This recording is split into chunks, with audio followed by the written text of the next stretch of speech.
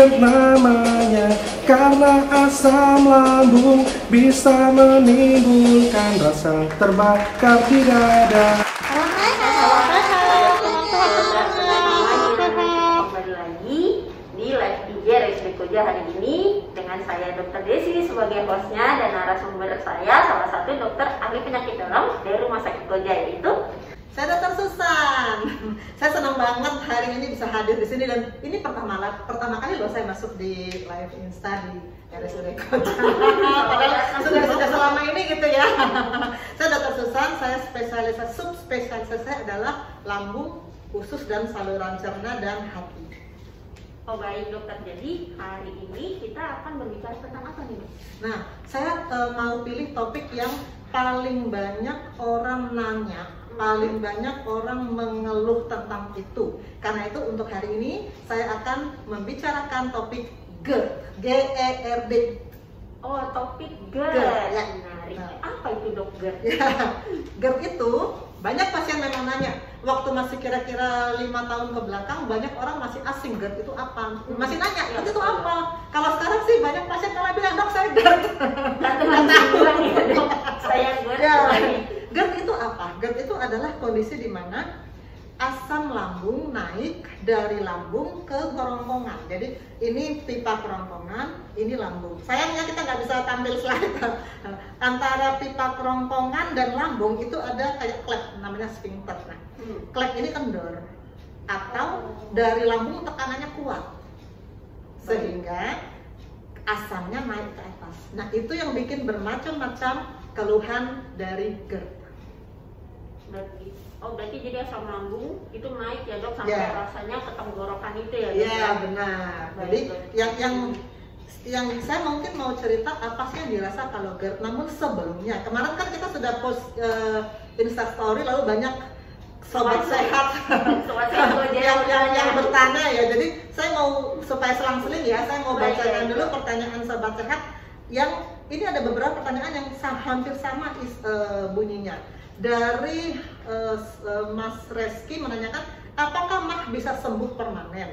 Mas Feby, apakah GERD bisa sembuh? Mas Maki, apakah GERD bisa sembuh? Satu lagi Mbak Ica, apakah GERD itu memang nggak sembuh-sembuh? Ini hampir sama kan pertanyaannya, jadi mungkin itu dulu saya mau singgung sedikit. Sembuh nggak sih GERD? Jawabannya sembuh. Sembuh ya? Sembuh, jangan merasa GERD itu nggak bisa sembuh. Ada beberapa penyakit yang memang nggak bisa sembuh sih, tapi kalau GERD sembuh, cuman ada cumanya. Kalau dia melanggar pantangan bisa kambuh lagi.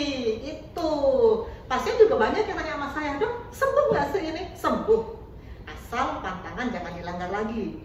Ada juga yang menanya, dok sakit tenggorokan nggak sembuh-sembuh, itu GERD. Benar, karena tadi saya bilang kalau asam lambung naik ke atas di tenggorokan akan bikin keluhan seperti sakit tenggorokan tapi nggak sembuh-sembuh. Di paru-paru bikin seperti sesak, seperti asma, dan juga sudah bolak-balik ke dokter paru-paru nggak sembuh-sembuh. Kemudian bikin nyeri dada kayak jantung. Jadi parno nih orang GERD nih, kayak jantung, datang ke dokter jantung, diperiksa macam-macam juga nggak sembuh-sembuh. Akhirnya semua dokter tadi, dokter THT, dokter paru, dokter jantung, nyuruhnya kemana? Ke dokter lambung. Akhirnya kembali ke saya lagi. Jadi begitu cerita tentang GERD ini. Ada lagi yang nanya begini, apakah GERD, asam lambung namanya adalah penyakit kronis? Ya. Apa sih arti penyakit kronis? Kronis itu artinya bolak-balik. Dan apakah kronis itu gawat? Enggak sebetulnya. Kronis itu enggak gawat. Kalau gawat, akut dan cepat selesai antara sembuh atau meninggal ya kalau akut. Tapi kalau kronis enggak gawat, tetapi bolak-balik sehingga orang terganggu. Lifestyle hidupnya terganggu. Dan pertanyaan dari Mbak Marze ya, apakah bisa bikin kematian? Enggak sebetulnya. GERD itu enggak bikin kematian, tapi mengganggu kualitas hidup. Makanya GERD itu sangat banyak ditanya oleh netizen, atau kalau kita sebutnya netizen kita sobat sehat. Oke. Jadi kayak berulang ya dok ya. Kalau kronis itu berarti penyakit yang berulang-ulang ya. Ringan-ringan tapi bolak-balik dia lagi. Lama-lama kan senep ya. Dok, jadi sebenarnya GERD itu kalau misalnya orang kan bilangnya sekarang kan dokter kita membahas GERD ya dok. sebenarnya apa sih dok yang membedakan kata-kata GERD dan orang kan kalau nggak enak juga bilangnya sakit mah nih. Nah, iya betul. Gimana sih dok caranya? Apa bedanya? Iya. GERD, mah, lambung. Pasti juga suka tanya tuh, ini GERD atau lambung? Ya, sebetulnya hampir sama dengan beberapa pertanyaan tentang keluhan. Jadi saya nanti jelaskan sambil jawab pertanyaan yang saya kelompok. Ini saya kelompok-kelompokkan, yang kemarin sudah ngirim saya kelompok-kelompokkan supaya sekali jawab.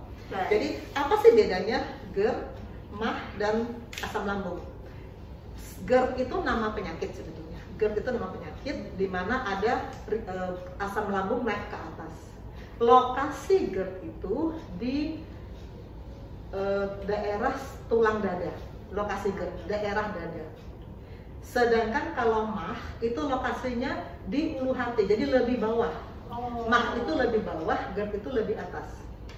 Kemudian kalau mah itu yang paling dirasa perih, mual, kembung kalau mah. Kalau GERD yang paling dirasa sebetulnya bukan perih, tapi rasa sesak, rasa panas.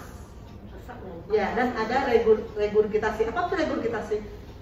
Asam yang naik dari lambung nyangkut di tenggorokan, kita merasakannya kayak pahit, asam pahit getir-getir di tenggorokan. Itu namanya regurgitasi. Nah, itu yang muncul pada GERD.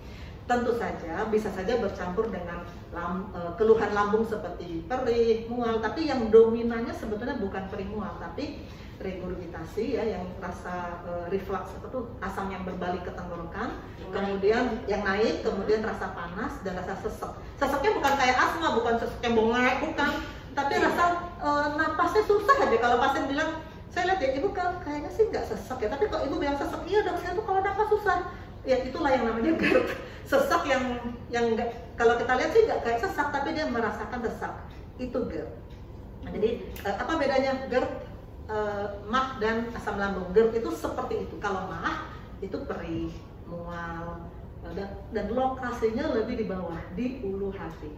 Lalu asam lambung itu apa? Asam lambung itu bukan penyakit ya. Asam lambung itu adalah asam yang memang bisa naik ke atas bikin GERD, tapi juga bisa kalau dia berlebihan di lambung sendiri namanya mah. Jadi asam lambung itu bisa ke GERD, bisa ke mah. Cuman sekarang karena kita terbiasa menyebut GERD itu asam lambung, jadi kalau dokter ngomong asam lambung itu konotasinya GERD sebetulnya. Agak rancu ya, karena asam lambung bukan penyakit. Mah juga bukan penyakit. Mah itu nama lain dari lambung sebetulnya. Bukan penyakit, tapi karena sudah terbiasa, maka kalau kita bilang mah konotasinya ya penyakit gastritis yang di lambung ulu hati, bukan GERD. Ini karena terbiasa bilang begitu, jadi orang selalu membayangkan itu. Makanya kalau pasien ngomong, saya selalu detail dulu yang dimaksud yang mana ya. Saya mikir dulu, saya giring untuk memastikan ini asam lambung atau mah atau GERD. Baru kita bisa ngomong soal pengobatannya kalau sudah kita pastikan. Jadi itu ya dok ya, perbedaan yang paling pastinya di antara GERD sama sakit mah itu soal lokasinya dulu ya dok. Dari kalau yang sakit mah ulu hati ke bawah, kalau GERD itu lebih cenderung naik ke atas. Makanya dibilangnya reflux ya dok, naik, berbalik gitu ya dok. Betul. Nah dok, yang paling pasti sering ditanyakan nih dok, kalau misalnya sudah dikatakan nih GERD, sebenarnya apa sih dok obatnya, tata laksana terapinya yang paling mudah lah untuk dilakukan gitu? Ngomongin obat ya? Iya. Sebelum ngomongin obat, saya mau bacakan pertanyaan netizen tentang keluhan. Tadi kan kita sudah ngomongin keluhan ya, biar kita sistematis ya. Baik. Keluhan, ada yang menanyakan gini, kalau sakit di dada kiri atas, apakah itu termasuk GERD? Bisa iya, bisa enggak? Karena sakit dada itu kan jantung bisa, paru bisa, GERD bisa. Jadi kita juga mesti lihat umurnya. Kalau umurnya muda kebanyakan GERD, umurnya tua kebanyakan jantung atau paru. Tapi itu juga bukan satu-satunya pertanda, mesti lihat yang lain. Kita harus periksa dulu fisik, kita harus cek laboratorium, ronsen dan sebagainya. Tapi kalau ada pasien sudah ke dokter jantung, dokter paru, sudah ronsen, sudah treatment, semua bagus, maka pasti dikirim ke penyakit dalam dengan GERD. Lalu ada lagi nih pertanyaan bagus nih, dari kalau tadi itu dari yang tadi yang bagian dada kiri atas tuh dari Mbak atau Mas ya, namanya masih anget-anget. Saya juga masih dari masih anget-anget. Ya, pertanyaan kedua dari Mbak nih kayaknya, Mbak Rizka Atami nih. Ini bagus nih pertanyaannya. Izin bertanya dokter, apakah COVID dapat menyebabkan gejala GERD. Ini keren pertanyaannya, karena sekarang kan lagi pandemi nih. Lagi musimnya. Nah, apapun keluhan orang jadi parno. Iya. Ini COVID bukan ya? Jadi semua dihubungkan ke situ Yes, ya, Dok. betul. Hubungan nggak ya? Sebetulnya aslinya COVID itu tidak ada hubungan dengan GERD aslinya. COVID itu kan sesak, batuk, demam, itu kan COVID ya. Tapi kemudian ada tambahan-tambahan lagi keluhan COVID yang memang direkomendasi oleh CDC, yaitu selain demam, batuk, mual tadi, ini supaya saya demam, batuk, sesak itu 3 yang utama ya. Tapi sekarang tambahan lagi adalah lelah, badan sakit-sakit, kepala sakit, nggak bisa merasa mengecap makanan, nggak bisa mengecap bau, sakit tenggorokan, pilek, hidung tersumbat, mual, dan diare. Nah, dari 11 gejala COVID ini yang dekat-dekat dengan GERD apa? Sesak, karena GERD itu kan bilang sesak.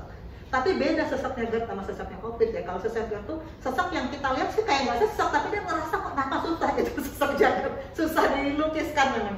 Lalu tenggorokan, orang GERD kan juga sakit tenggorokan nggak sembuh-sembuh, mirip kan dengan COVID. Iya betul. Nah, kemudian orang GERD kan juga mual. Wow. Ini kan juga mual COVID. Nah, jadi karena sekarang gejala COVID sudah meluas, ada 11 gejala utama COVID, ada yang memang beririsan dengan GERD. Karena itu jangan abaikan keluhan apapun yang terkait GERD, supaya konsultasikan dengan dokter. Sekarang kan sudah banyak Hellodoc, apalah segala gitu ya, untuk Ya, memastikan bahwa ini bukan terkait COVID, karena sekarang COVID lagi ngehits ya.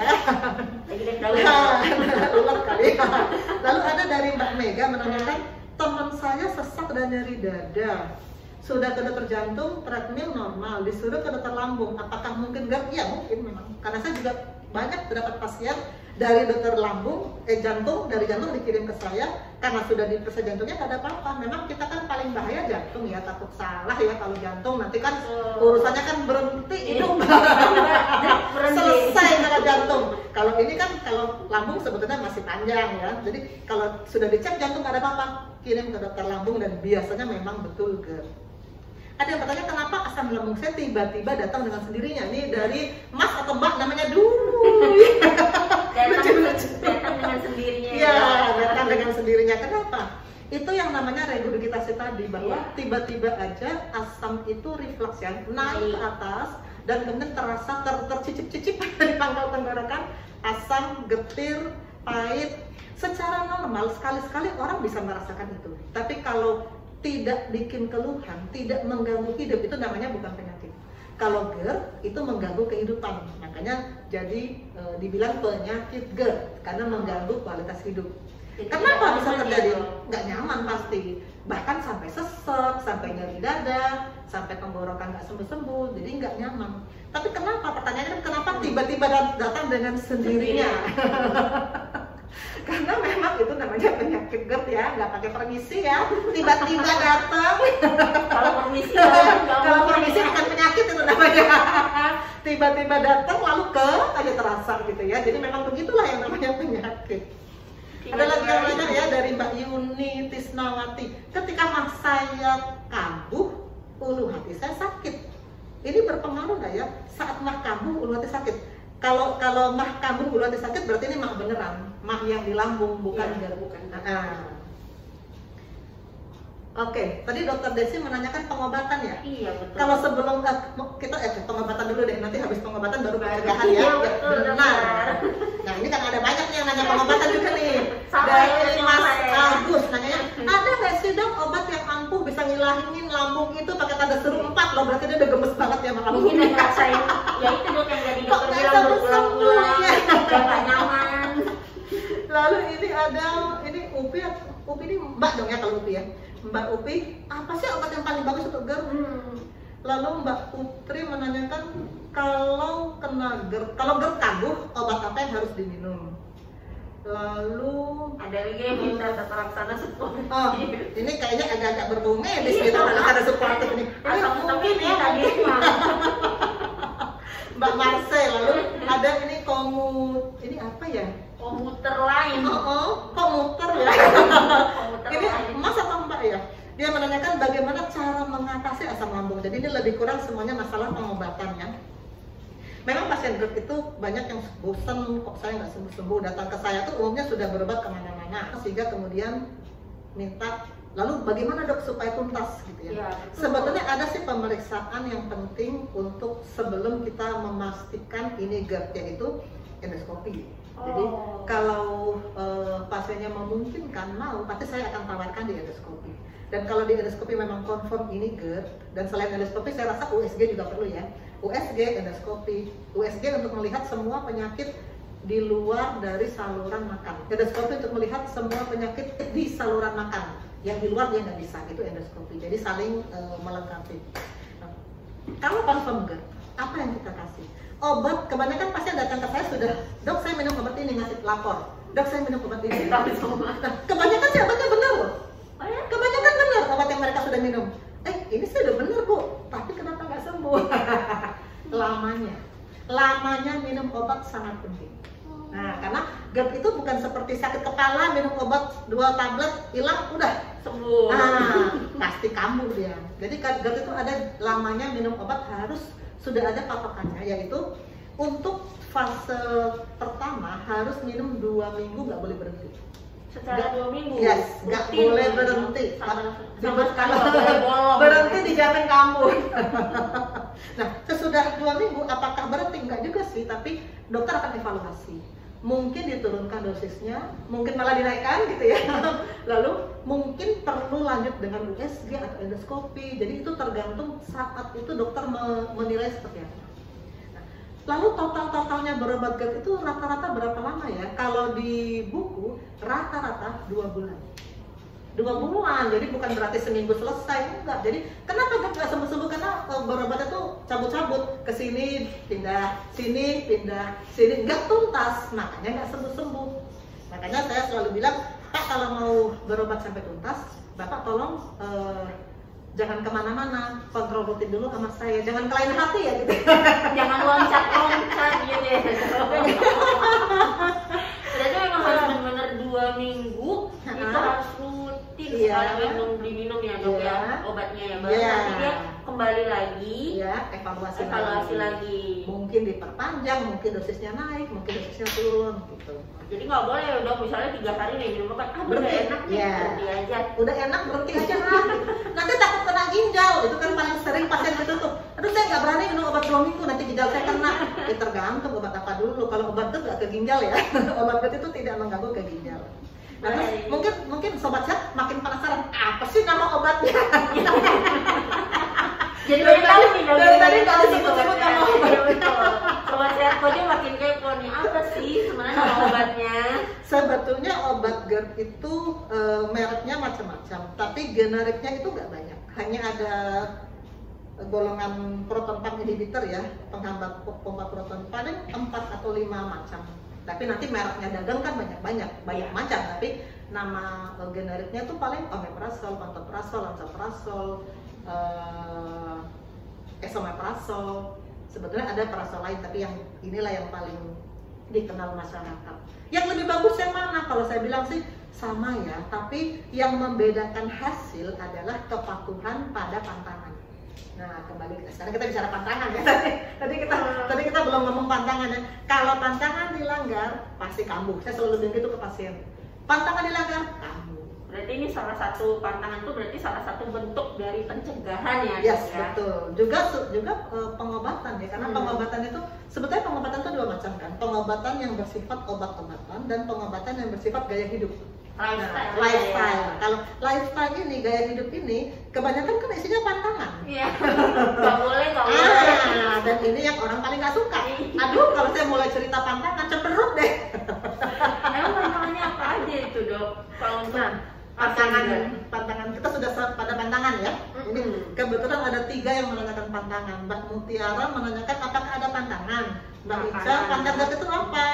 Mas Maki, apakah ada pantangan seperti makanan minuman? Jadi hampir sama ya. Jadi saya jawab aja sekaligus karena pertanyaannya hampir sama. Jadi pantangan GERD itu apa? Banyak ya. Tapi saya coba bikinnya lebih simpel. Pertama, makanan minuman jangan digoreng. Dengan kata lain, jangan makan yang lemaknya tinggi. Lemaknya tinggi itu yang paling simpel, jangan digoreng aja. Jangan digoreng. Orang selalu bilang, lalu santan? Entah kenapa ya orang selalu ini sama santan. Santan encer boleh, santan kental nggak boleh. Ya. Kedua, ini masih makanan minuman ya. Minuman yang dilarang adalah coklat dan kopi. Aduh, saya suka coklat. Ya ampun dong, coklat banget dong, terus dilarang. Ya iyalah pasti cemberut jadi. Berhenti deh hidup gue gitu kan, nggak boleh coklat. Kedua, ketiga, bumbu. Kalau ini sih banyak orang udah tahu, bumbu asam pedas. Ini orang sih pada tahu karena lambung, lemah ya, asam lambung juga sama, mak juga sama, asam pedas. Cuman tadi kalau GERD yang nggak boleh kopi coklat, yang nggak boleh makanan digoreng, itu nggak terlalu ini pada lambung. Tapi kalau pada GERD ini sama kuatnya nggak boleh. Lalu apa lagi? Apakah sudah selesai sampai segitu aja penderitaan? Enggak, masih nambah lagi. Masih apa itu? Tidak boleh langsung berbaring sehabis makan. Nah, karena kita bayangkan secara gravitasi ya, kalau habis makan lalu berbaring, nanti aliran itu kan akan mengikuti horizontal ya, sehingga asam lambung itu mengalir ke kerongkongan, jadi GERD-nya akan sulit sembuh, tekanan yang mendorong reflux juga akan muncul, jadi nggak sembuh-sembuh. Makanya berapa lama? Saya disarankan 3 jam. 3 jam dulu dia posisi duduk, berdiri, apalah, tapi jangan berbaring terlentang. Habis makan ya tidurnya. Yes. Nah ini paling sering dilanggar kalau pulang kerja. Pulang kerja, capek, makan, mandi, lalu apa? Tapi emang kalau habis makan biasa bawaannya ngantuk kan? Yes, persis. Apakah sudah segitu aja? Masih ada loh. Apa sih? Lagi dong. Makan nggak boleh terlalu kenyang. Kalau terlalu kenyang nanti tekanan dalam perut naik, lalu mendorong asam ke atas. Tidak boleh. Paling bagus ya makan itu separuh porsi, tapi 6 kali kan. Kita makan 3 kali nih, 3 kali makanannya porsi segini. Nah, dibagi 2, masing-masing bagi 2, jadi 6 kali. Jadi tiap 3 jam makan. Jadi porsi kecil-kecil, tapi 6 kali. Itu yang paling bagus sebenarnya. Jadi dibagi ya, yang misalnya 3 kali makan bisa jadi 6 kali, karena dibagi jadi setengah-setengah. Ya, tapi jangan sampai dicari-cari alasan ya, saya disuruh makan 6 kali tapi 1 porsi. Itu mah. Itu namanya lapar sama doyan. Itu namanya lapar kesempatan. Kemudian apakah sudah ya? Coba saya pikir-pikir apalagi yang. Oh itu. Supaya tekanan jangan naik juga, jangan berpakaian yang ketat. Jadi saya langsung ngecek nih dok. Karena orang kan supaya sekarang kan biar kelihatan slim gitu ya, pakai korset. Regurgitasi deh, tekanan naik. Jadi kalau GERD ini banyak sekali berhubungan dengan gaya hidup, lifestyle. Banyak sekali berhubungan. Belum lagi obat-obatan. Obat-obatan ada obat-obatan seperti golongan obat-obat darah tinggi. Itu kalau tanya ke dokter yang kebanyakan GERD ini kan orang muda, jadi belum darah tinggi. Tapi kalau pada usia yang sudah minum obat darah tinggi, tanya sama dokternya ya, ini ngaruh nggak dengan GERD? Karena ada obat darah tinggi yang ngaruh ke GERD. Bahkan obat asma juga ada yang ngaruh ke GERD. Jadi mesti nanya ke dokternya, dok, obat asma saya ini ngaruh nggak ke GERD? Jadi karena dokter asmanya belum tentu dokter lambung kan, bisa jadi kan sendiri-sendiri dokternya. Jadi apapun yang kira-kira kita curiga ini bisa ngaruh nggak dari makanan, minuman, mendingan ditanya supaya jangan sampai kita nggak sadar, tahu-tahu kenapa nggak sembuh-sembuh, pas sudah berkali-kali bertemu dokter baru ketahuan, ini tuh gara-garanya di belakangnya baru kelihatan. Ya, baru belakangan. Kenapa baru? Oke, kira-kira sih semua pertanyaan yang semalam masuk udah saya bacain sih. Kira-kira ada pertanyaan tambahan lagi nggak yang datang ke admin? Oh, herbal. Prinsipnya kita sebagai dokter memang tidak belajar herbal. Jadi yang mau saya rekomendasikan adalah obat yang memang secara medis sudah terbukti. Maka yang sudah terbukti itu adalah obat-obat yang tadi saya bilang, yang esomeprazol, omeprazol, pantoprazol, lansoprazol. Sama memang ada satu obat yang sebetulnya berasal dari herbal, tapi sudah diproses sehingga memenuhi syarat untuk menjadi obat. Saya tidak sebut merek ya, karena kita nggak boleh ya. Tapi memang sebetulnya ada. Tapi tidak semua dokter memang kenal obat ini. Jadi mendingan nanti kalau memang secara umum, boleh nggak herbal? Saya bilang jangan. Tapi kalau misalnya nanti ada dokter yang memang memberikan obat herbal khusus yang memang sudah setara dengan obat dan memang pengalaman klinis dokter itu obat ini bagus, itu nggak ada masalah. Boleh ya, tapi tergantung dari masing-masing dokternya sebenarnya mau menggunakan. Betul. Baik dokter. Ya jadi saya ini dulu ya dok ya, saya kasih kayak konklusinya. Berarti kalau orang dibilang GERD itu biasanya rasa terbakar di dada karena asam lambungnya refleksnya ke atas ya. Naik ke atas ya. Iya, kalau lemah itu baru nyeri hati yang ke bawah ya dok. Selain itu untuk yang namanya pengobatannya sendiri dia harus rutin 2 minggu ya dok, itu tidak boleh berhenti sama sekali. Habis itu untuk pencegahannya sendiri, yang pertama tadi lifestyle itu yang paling penting, yang namanya makanan ya dok, apalagi nggak boleh minum kopi coklat, nggak boleh goreng-gorengnya, enak semua ya. Dan tidak boleh namanya pakai baju yang terlalu ketat, nggak boleh ya. Dan yang paling penting lagi adalah setelah makan tidak boleh langsung tidur. Minimalnya paling enggak 3 jam lah ya dok, harus tetap duduk. Nah kalau misalnya udah minum obat dalam 2 minggu atau nggak dalam 2 bulan nggak sembuh, bisa juga ketemu langsung dengan dokter Susan. Mungkin akan dilakukan yang tadi ya dok ya, USG dan endoskopi langsung nanti sama dokter Susan di polinya dokter Susan. Kapan itu dok poli? Saya biasanya sarankan USG itu bukan sesudah 2 bulan sih, seminggu 2 minggu USG. Oh iya dok. Kalau nanti responnya pengobatan kurang bagus, saya lanjut lagi dengan endoskopi. Total pengobatan memang 2 bulan, tapi kita nggak menunggu 2 bulan baru ya. Iya, jadi sobat sehat saya himbau untuk ke dokter lambung kalau memang ada keluhan GERD. Jadi dokter lambung itu subspesialis penyakit dalam, subspesialis, dan kebetulan saya juga subspesialis lambung. Jadi saya kalau di rumah sakit Koja ini kapan aja itu dok? Kalau di poli yang di gedung D Delta ya, Delta itu Senin, Selasa, Kamis, Jumat. Kalau di gedung Delta Senin, Selasa, Kamis, Jumat itu untuk yang gedung Delta ya? Iya, yang Delta. Satu lagi kan gedung Charlie nih, C ya, gedung Charlie. Kalau gedung Charlie itu Senin sampai Jumat tiap hari. Senin sampai Jumat, berarti tiap hari kalau misalnya mau datang di gedung C dokter Susan ada ya dok setiap hari. Baik, jadinya nanti sobat sehat sendiri bisa langsung nih konsultasi dengan dokter ahli lambung kami, ahli penyakit dalam kami yang subspesialisnya berarti pasti ya dok ya, yang berhubungan dengan saluran pencernaan dokter Susan. Jadi bisa langsung datang ya dok. Ada lagi dok yang mau dokter tambahkan atau sampaikan ke sobat sehat aja? Satu hal yang saya tadi lupa bilang adalah ada obat yang membuat penyakit ini tambah parah. Ada. Jadi kalau berobat mendingan tunjukkan, kalau ada obat yang sering diminum mendingan tunjukkan ke dokter. Terutama obat nyeri. Obat nyeri. Saya nggak sebut merek karena nggak boleh, tapi ada obat-obat nyeri tertentu yang tambah parah lambungnya, tambah parah GERD-nya. Jadi hati-hati minum obat. Kalau boleh sih lapor ke dokter dulu supaya kita bisa bilang kok ini boleh, ini nggak. Itu aja sih tadi yang saya lupa.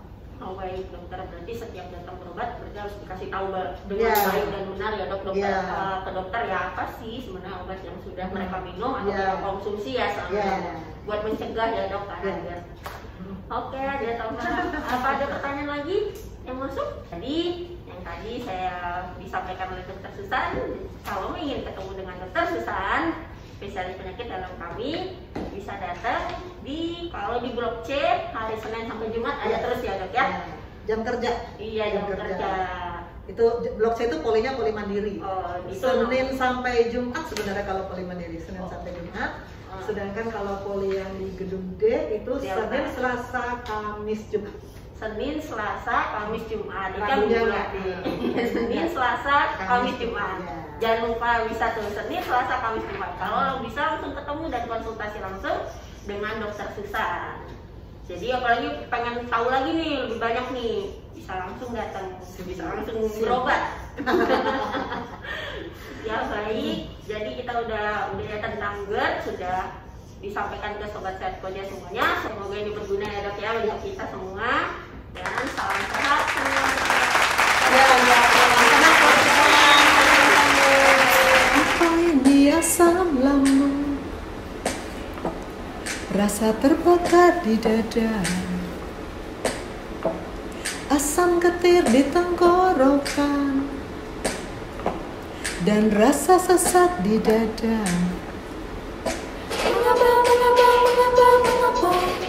sering kamu, mengapa susah kamu. Ini kan namanya karena asam lambung yang naik ke atas dan menimbulkan keluhan GERD namanya karena asam lambung bisa menimbulkan rasa terbakar di dada.